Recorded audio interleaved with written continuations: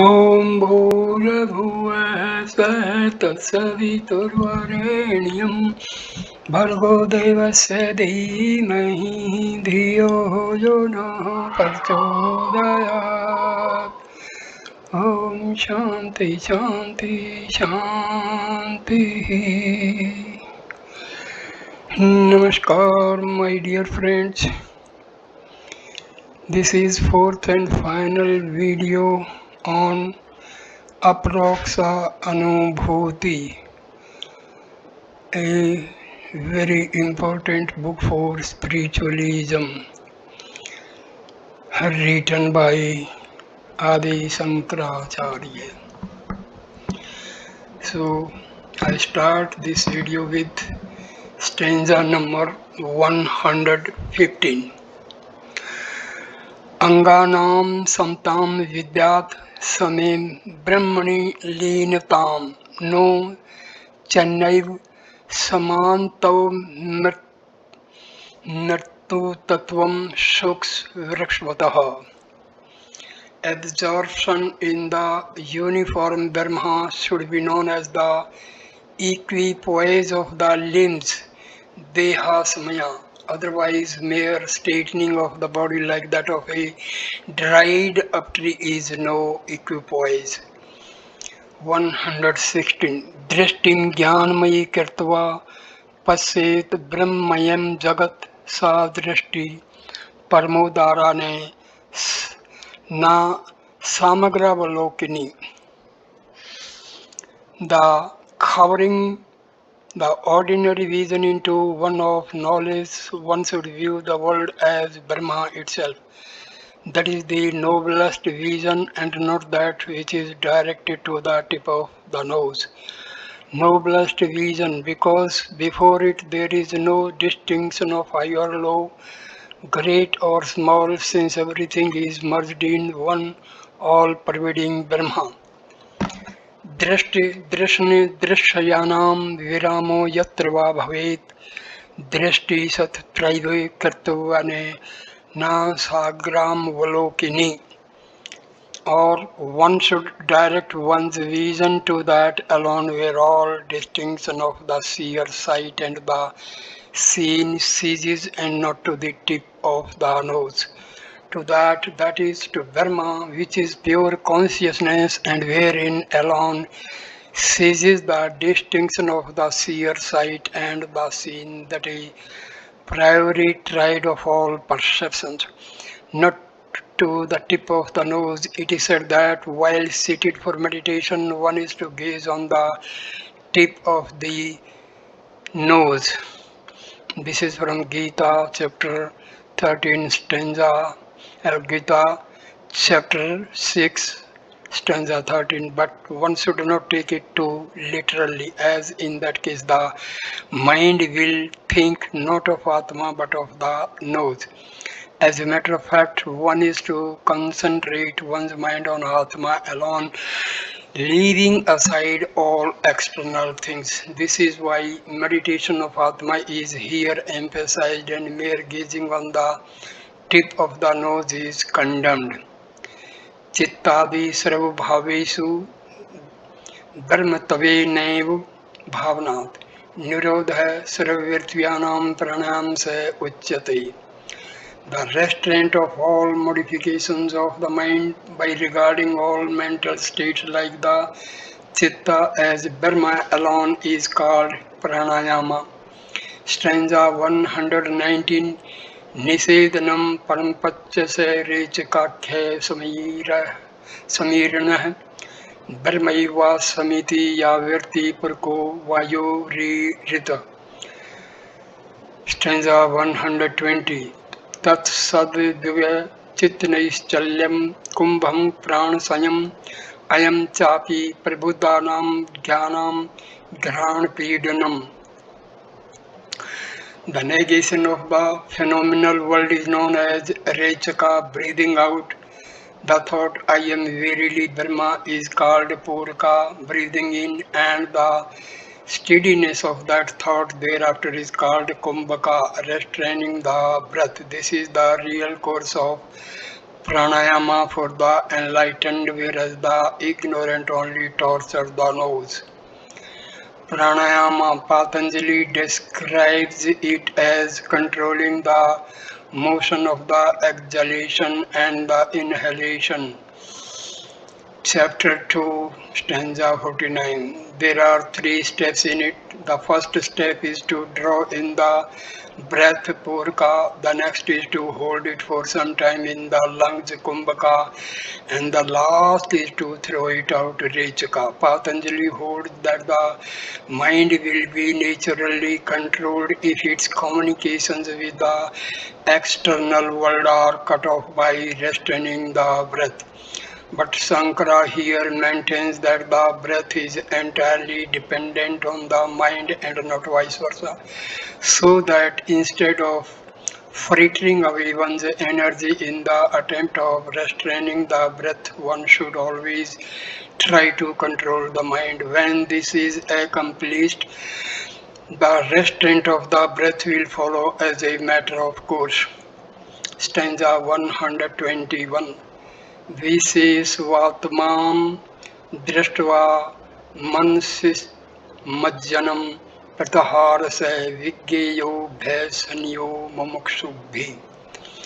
The absorption of the mind in the supreme consciousness by realizing Atma in all objects is known as pratyahara, withdrawal of the mind, which should be practiced by the seekers after liberation. Pratyahara, when the senses giving up their own objects take the form of the mind as it were, it is pratyahara. But its consummation is reached only when the mind also is absorbed in the supreme consciousness. Stanza 122. Yatra yatra mano yati brahman satrat darshanat manso dharanam chaiv dharana saha paramataha. The steadiness of the mind through realization of Brahma, wherever the mind goes, is known as the supreme dharana, concentration. The supreme dharana says Patanjali, is holding the mind on to some particular object. Chapter 3, stanza 1. But when the mind is fully concentrated on every object, it comes in contact with realizing it as Brahma and discarding the names and forms that have been superimposed on it by ignorance. Then alone one is said to have reached the culmination of dharana. Stanza 123. Brahmaiva samiti sadutraya niralambattaya sititi dhyana shabdena vikhyata parmanandayini. Remaining independent of everything as a result of the unassailable thought, I am verily Brahma, is well known by the word dhyana, meditation, and is productive of supreme bliss.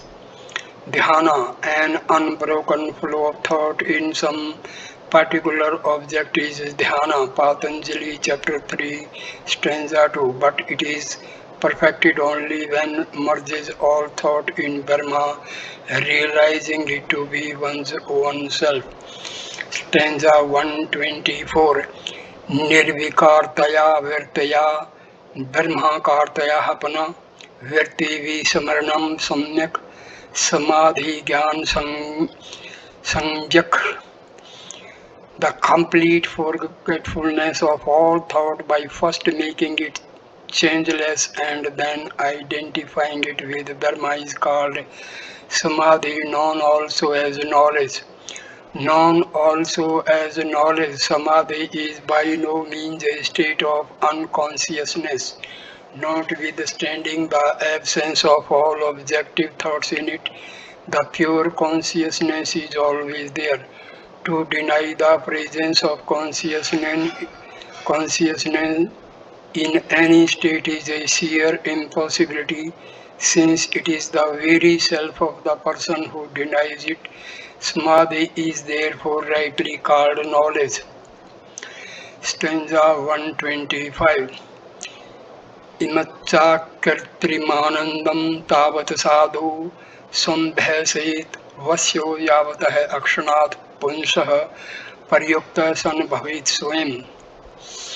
The aspirant should carefully practice this meditation that reveals his natural bliss until, being under his full control, it arises spontaneously in an instant when called into action. Stanza 126. Tatay sadhana nirmuktah siddho bhavati yogirat tat savrupam chetasai visyo manso giram. Then he, the best among yogis, having attained to perfection, becomes free from all practices.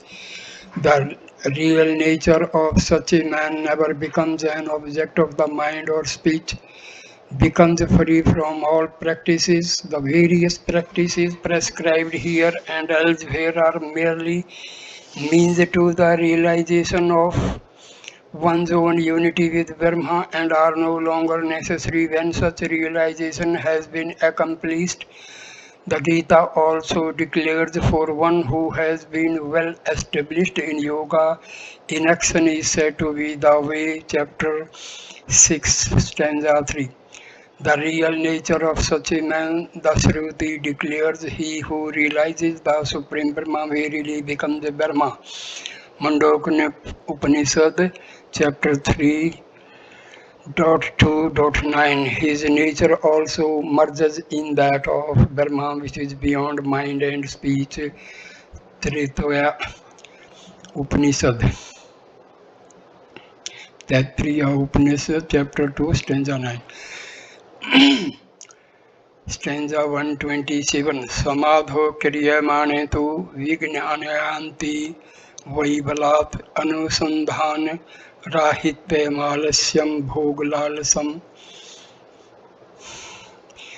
Stanza 128. Laksya mastam vikshepo rasa swadascha sunyatah evam yad vighanam bahulyam tyajam brahmavidasanai.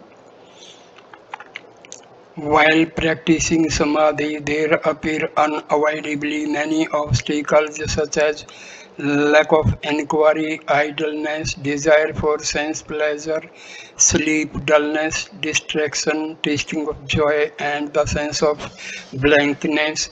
One desiring the knowledge of Brahma should slowly get rid of such innumerable obstacles. Tasting of joy. After some progress is made in the path of spirituality, there arises in the mind of the aspirant a kind of pleasurable feeling as a result of concentration. This, however, greatly hinders his spiritual progress as it robs him of all enthusiasm for further practice. The sense of blankness. This is a state of mental torpidity resulting from a conflict of desire. Stanza 129. Bhav vertya hi bhavatvam, sunne vertya hi sunyata, brahma vertya hi purnatattvam, tatha purnatav abhiseti. While thinking of an object, the mind verily identifies itself with that, and while thinking of a void, it really becomes a blank, whereas by the thought of Brahma, it attains to perfection. So one should constantly think of Brahma to attain perfection. One should constantly think of etc. Whatever one thinks, one becomes. So one desiring to attain to perfection should leave aside all thought of duality and fix one's mind upon the non-dual Brahma, which alone is perfect. Stanza 130. Ye hi virtim jahati yenam brahmakhya pavanim pram virthavite tu jivanti pasubhischa samanaraha. Those who give up this supremely purifying thought of Dharma live in vain and are on the same level with beasts.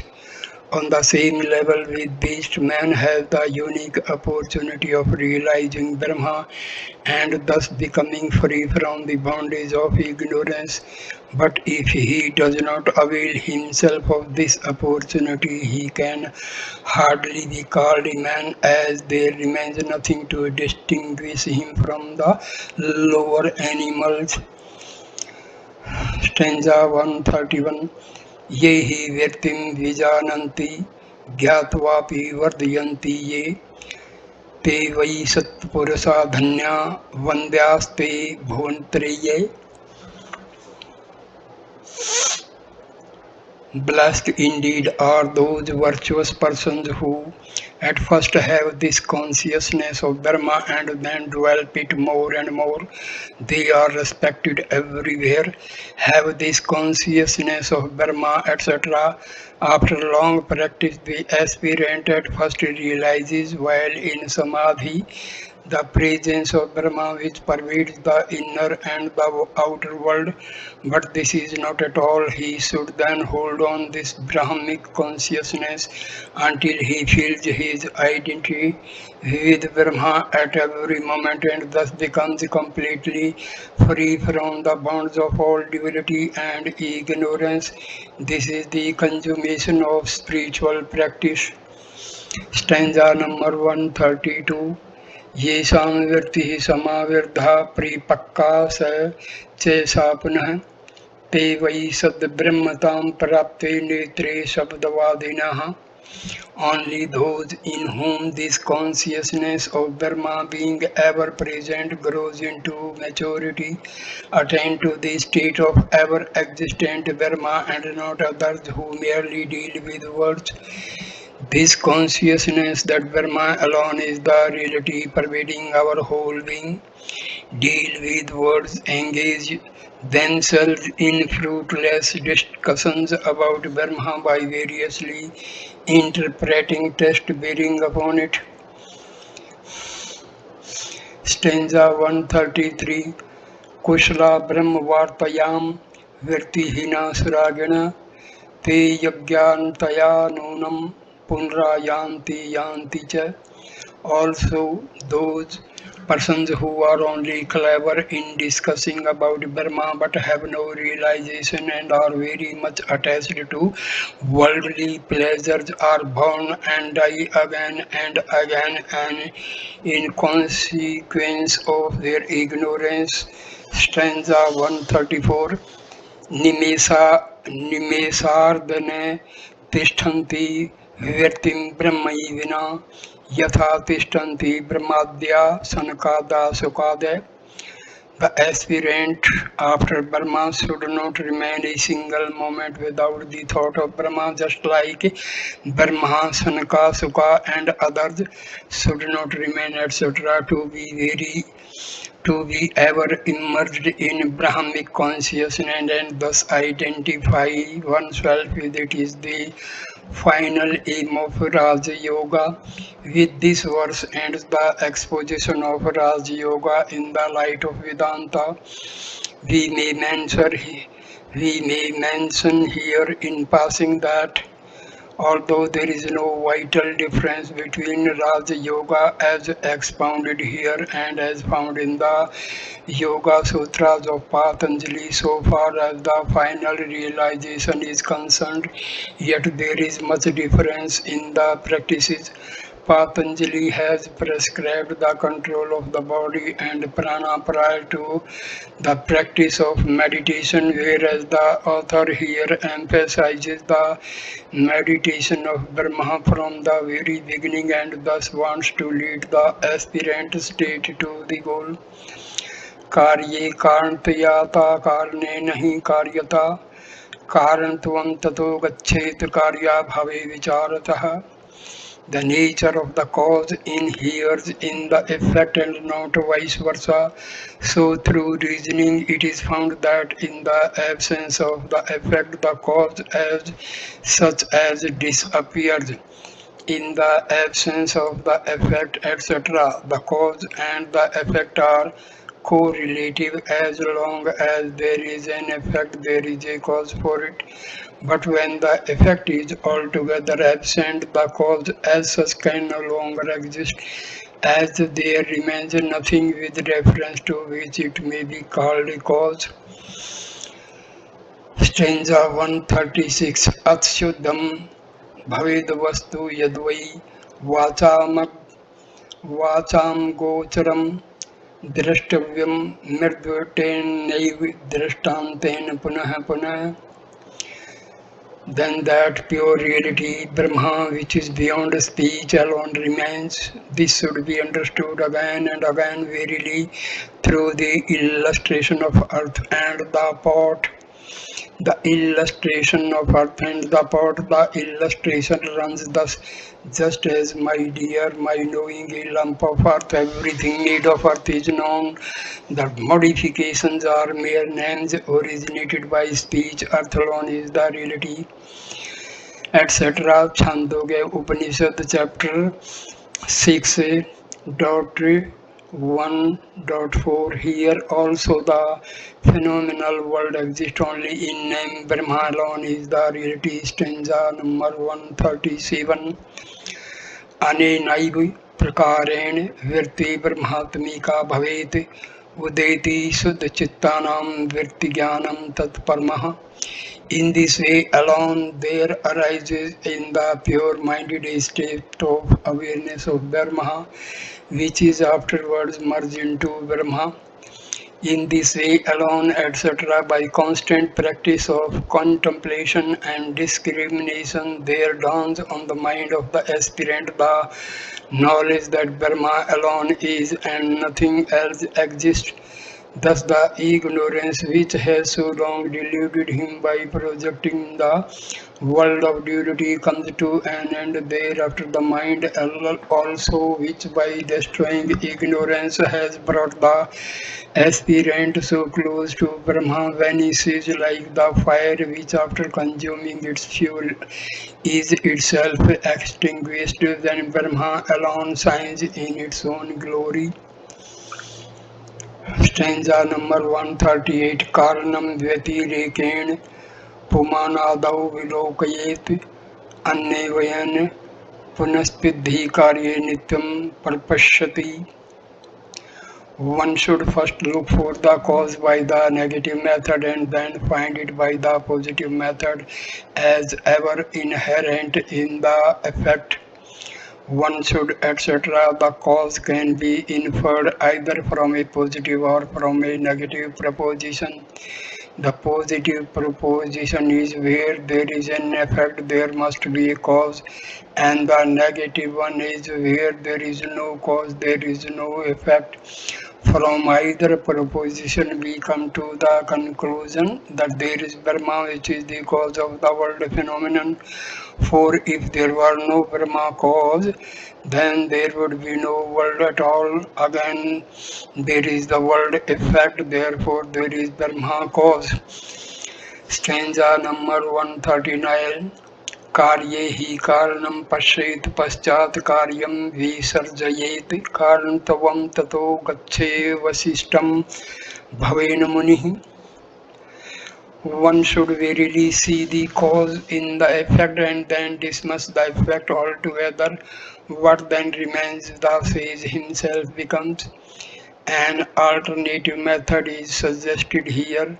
What then remains, etc., when both cause and effect have thus disappeared? One may naturally conclude that only sunya, a void, is left behind, but it is not so, for absolute negation is an impossibility. One may negate everything but cannot negate one's own self. So when causality has been negated, what is beyond all negation is the very self of the enquirer, which is the ultimate reality. Stanza number 140.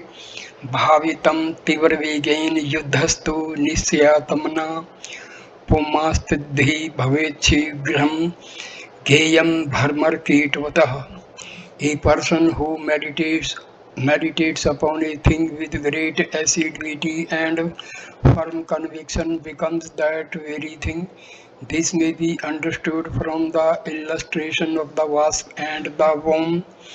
This may be understood, etc. It is a popular belief that when a wasp brings into its hole a particular kind of insect, the latter, out of fear, constantly thinks of its assailant till it is transformed into a wasp. So also, if a person meditates upon Brahma with all his mind, he will become Brahma in course of time. Stanza number 141. Adrishyam bhavarupascha sarvamev chidatmakam savdhantaya nityam svatmanam bhavayet buddha. The wise should always think with great care of the invisible, the visible, and everything else as his own self, which is consciousness itself. Stanza 142. Drishyam have drishyatam nitva brahmakaran chintayet vidvani te sukhe tisthedya chindra sapurnaya. Having reduced the visible to the invisible, the wise should think of the universe as one with Brahma. Thus alone will be abide in eternal felicity with the mind full of consciousness and bliss. Having reduced the visible, etc., a person may at first take some external thing as an object of his meditation, but he should afterwards think of it as existing only in the form of the mind.